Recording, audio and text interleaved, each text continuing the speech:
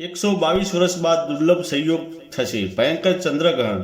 નમસ્કાર મિત્રો, સ્વાગત છે તમારું અમારી એક નવી વાર્તામાં। મિત્રો, અમારી ચેનલ પર નવા હો તો ચેનલને સબસ્ક્રાઇબ અને વિડીયોને લાઇક કરી દેજો। જી હા મિત્રો, આ દિવસે હોલિકા દહન અને પૂનમ એક સાથે છે।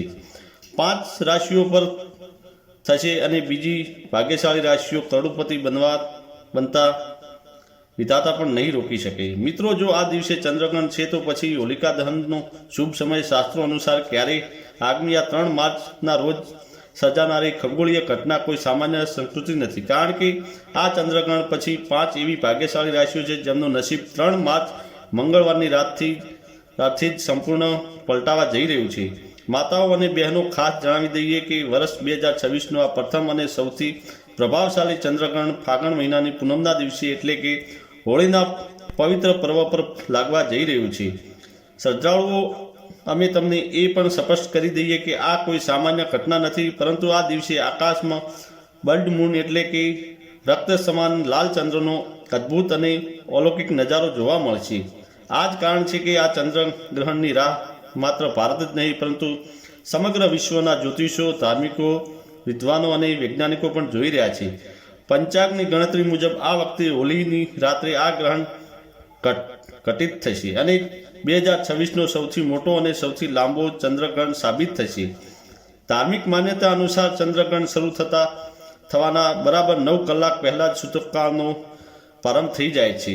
સૂતકકાળ દરમિયાન કોઈ પણ પ્રકારના શુભ કામ કે માંગલિક કાર્ય કરવા વર્જિત માનવામાં આવે છે અને આવા સમયે ભોજન ગ્રહણ કરવાનું પણ ટાળવું જોઈએ। એવી પ્રબળ માન્યતા છે કે આ અશુભ સમયગાળામાં કરેલા કાર્યનું યોગ્ય ફળ મળતું નથી। ત્યાંથી ચાલો હવે જાણીએ આ વર્ષના ખાસ ચંદ્રગ્રહણની તિથિ અને તેના ચોક્કસ સમય વિશે। અમે તમને આ વિડીયો વિગતવાર સમજાવીશું કે આ ગ્રહણ કેટલા કલાક સુધી ચાલશે, તે કયા દેશોમાં અને ભારતના કયા ભાગોમાં દેખાશે અને ખાસ કરીને કે કઈ 5 રાશિઓ છે જેમની કિસ્મત આ ગ્રહણ પછી સૂર્યની જેમ ચમકવા લાગશે। અમે તમને એ પણ જણાવીશું કે દેવોના દેવ મહાદેવની અપાર કૃપા કઈ રાશિના જાતકો પર સૌથી વધુ વરસવાની છે। એવું કહેવાય છે કે જે વ્યક્તિ પર ભોલેનાથની એક નજર પડી જાય છે તેનું આખું ભાગ્ય બદલાઈ જાય છે, તેના ગ્રહોના નક્ષત્રો ઊંચા થઈ જાય છે અને જીવનમાં અચાનક સુખ, શાંતિ અને સમૃદ્ધિનું આગમન થાય છે। એટલા માટે આપ સૌને નમ્ર વિનંતી છે કે આ વિડીયોને અંત સુધી ખૂબ જ ધ્યાનપૂર્વક જોજો, કારણ કે આ કોઈ સામાન્ય નહીં પણ અત્યંત પ્રભાવશાળી ચંદ્રગ્રહણ છે। કુલ 12 રાશિઓમાંથી કેટલીક એવી નસીબદાર રાશિઓ પસંદ થઈ છે જેમાં ભાગ્ય આ હોળી પછી બદલવા જઈ રહ્યું છે। તેથી તમે લોકો કોમેન્ટ બોક્સમાં જય ભોલેનાથ અવશ્ય લખજો અને જો તમે ભગવાન શિવના સાચા ભક્ત હો તો આ વિડીયોને એક લાઈક જરૂર કરજો। અમે તમને તમામ માહિતી ક્રમબદ્ધ આપીશું કે ગ્રહણનો સાચો સમય કયો હશે અને સૂતકકાળ ક્યારે લાગશે અને તેની ધાર્મિક તથા જ્યોતિષ અસરો કેવા રૂપે જોવા મળશે। ભારતીય સમય અનુસાર આ ચંદ્રગ્રહણ 3 માર્ચ 2026ના રોજ લાગવા જઈ રહ્યું છે।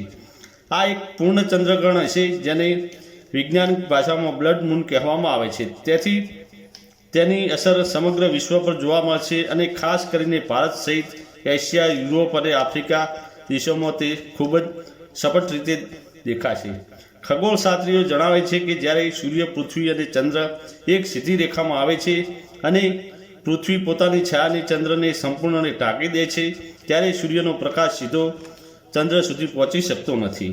આ અદ્ભુત ઘટનાને આપણે ચંદ્રગ્રહણ કહીએ છીએ। હવે જાણીએ લાંબા સમયનો ચંદ્રગ્રહણનો સમય। મિત્રો, આ 3 માર્ચ 2026 મંગળવારના દિવસે ભારતમાં ચંદ્રગ્રહણ લાગવાનું છે।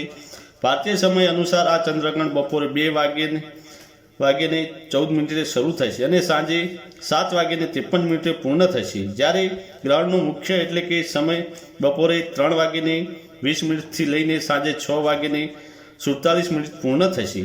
શાસ્ત્ર મુજબ ચંદ્રગ્રહણનો સૂતકકાળ ગ્રહણના 9 કલાક પહેલાં શરૂ થાય છે, એટલેથી જ આ દિવસે સૂતકકાળ સવારના 6:20 લાગુ પડશે અને ગ્રહણ પૂર્ણ થાય ત્યાં સુધી સાંજે 7:53 સુધી રહેશે।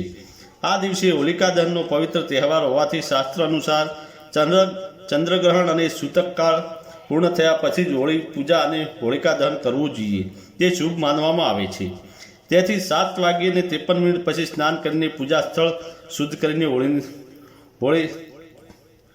હોળીની સ્થાપના કરવી, અગ્નિ પ્રજ્વલિત કરવી, હોળી પૂજન તથા દહન કરવું શ્રેષ્ઠ રહેશે. આ મહત્વપૂર્ણ માહિતી સૌ સુધી પહોંચાડજો. આ ચંદ્રગ્રહણ કુલ લગભગ 5 કલાકને 39 મિનિટ સુધી ચાલશે અને તેથી અસર પણ ખૂબ ઊંડી રહેશે. પ્રિય ભાઈઓ અને બહેનો, તમે આ વિડીયોને ચોક્કસ લાઇક કરજો અને ખાસ કરીને તે માતાઓ બહેનો સુધી પહોંચાડજો જે ગર્ભવતી છે અથવા જેમના ઘરે નાનું બાળક છે, કારણ કે ધાર્મિક માન્યતા છે કે ગ્રહણની નકારાત્મક અસરો ગર્ભવતી સ્ત્રીઓ અને શિશુઓ પર વધુ પડે છે. તેથી અમે તમને કેટલાક ખાસ ઉપાયો પણ જણાવીશું જેનાથી તમે આ દોષથી બચી શકો છો. સાથે જ એ પણ જણાવીશું કે 5 ભાગ્યશાળી રાશિઓ કઈ છે. આ વખતે હોળીના દિવસે રક્ત જેવો લાલ ચંદ્ર દેખાય છે જે એક રહસ્યમય અને શક્તિશાળી સંયોગ છે. જ્યોતિષ અને વૈદિક માન્યતા મુજબ આવો દુર્લભ સંયોગ પૂરા 122 વર્ષ પછી બન્યો છે. જ્યારે પૃથ્વીની છાયા ચંદ્ર પર પડે છે ત્યારે સૂર્યના કિરણો પૃથ્વીના વાતાવરણમાંથી પસાર થઈને ચંદ્ર પર ત્રાંબા જેવો લાલ રંગ પાથરે છે. આ દ્રશ્ય ભારતના દરેક રાજ્યમાં જોવા મળશે. તે સિવાય યુરોપ, આફ્રિકા અને અમેરિકાના કેટલાક ભાગોમાં પણ દેખાશે. મિત્રો, શાસ્ત્રો મુજબ આ દિવસે તમારે કેટલાક ખાસ કામો ચોક્કસ કરવા જોઈએ જેથી જીવનમાં ક્યારેય ધનની કમી ન રહે. એવું માનવામાં આવે છે ગ્રહણ સમયે તમામ દેવી શક્તિઓ ચરમસીમા પર હોય છે અને તે સમયે કરેલો કોઈ પણ ઉપાય ક્યારેય નિષ્ફળ જતો નથી. તો ચાલો હવે વિસ્તારપૂર્વક વાત કરીએ જે ભાગ્યશાળી રાશિઓ વિશે જેમના પર મહાદેવની કૃપા દ્રષ્ટિ થવાની છે. હિન્દુ ધર્મના ભગવાન ભોલેનાથને દયાળુ માનવામાં આવે છે.